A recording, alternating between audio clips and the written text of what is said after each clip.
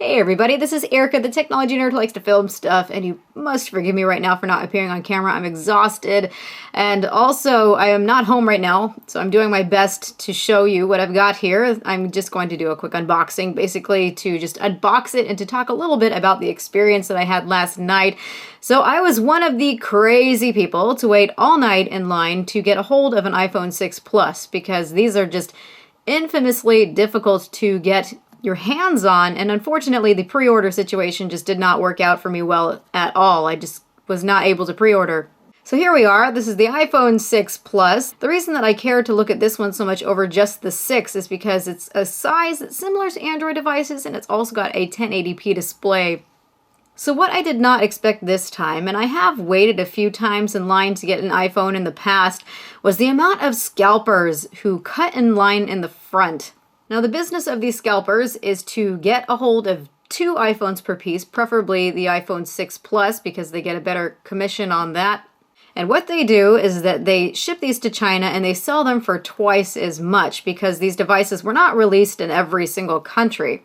So last night at about 6 p.m. I started out as number 36 in line, and I ended up being 66 in line by the time they moved us to the real line that they wanted us to stand in. So I think that during this release, a lot of people were probably cheated out of their devices because of the scalpers. So it's nice that I actually even got my hands on a 6 Plus. I was not expecting that at all. They told me that I got the last device for T-Mobile, possibly even the last 6 Plus in the entire store. So that's, yeah, that's something. I'm glad I didn't just stand in line for nothing. So let's go ahead and unbox it. Of course, I asked them not to open it for me so that I could do this on camera. You can see that the box is very plain. It's nothing exciting. And the only version that was left was a 64 gigabyte silver, and actually that's the one that I wanted. I was hoping for a gold one initially, but I saw it and I wasn't so convinced. So the silver one, I think it looks really nice. The black one, I got to hold the black one. I just thought that the bezels were kind of overwhelming because the entire display looked black, and I think that it pops more. The display definitely seems to pop more on the white one. So here we have it just out of the box. Now I have to say that this thing is huge. When I get back to my apartment, I will compare it to other things like the Galaxy Note 3 and other large phones. But what makes it look so huge are these bezels.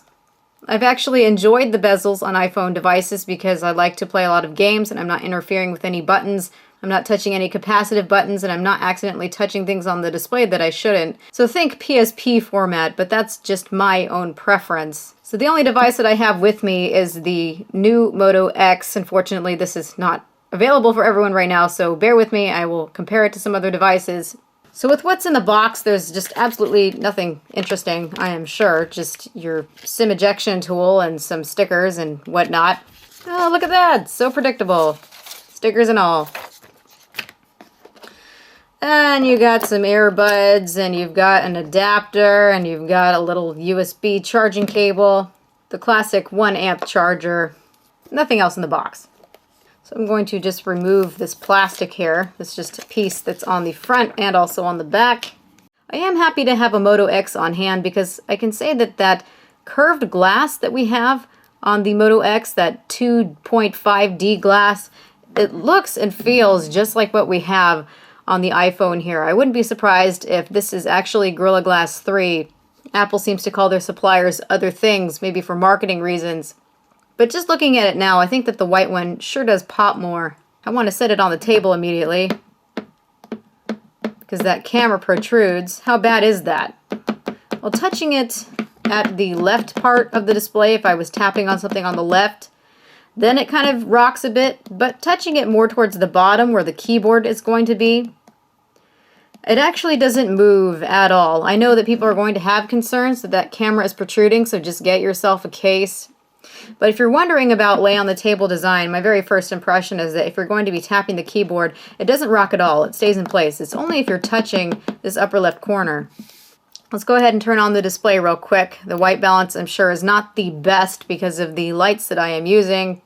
And again, when I get back, I'm going to be doing real videos. This is just for the unboxing's sake.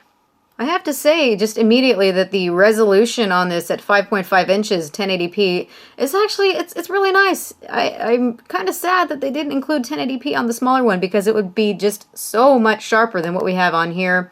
Although most people probably won't even notice. It's just for those display junkies. Another thing that I'm going to be doing right away is measuring the display to see if it holds up to the claims that they've got this calibrated as sRGB. This thing does feel quite heavy, although it is well balanced. It does have a battery inside of it that is nearly 3,000 milliamp hours. It's almost twice as much as what's in the 6, just the regular 6. So I'll be very fascinated to see what the battery life is like. So I'm going to play with it a little bit. Then I will make a video with some first impressions, some size comparisons, and also I will do some measurements of the display to see if they were telling the truth in terms of the calibration accuracy. I would be so happy if this was sRGB. So again, this was just a very, very simple unboxing. You see that I've got one. You see how big it is. This thing is pretty big. So thank you everybody for watching. This has been Erica, the technology nerd who likes to film stuff. Please rate, comment, and subscribe. So iPhone 6 Plus, I'm not quite sure what to think about it just yet. It could be that after just a few hours of playing with it, I'll completely fall in love with it. We'll see.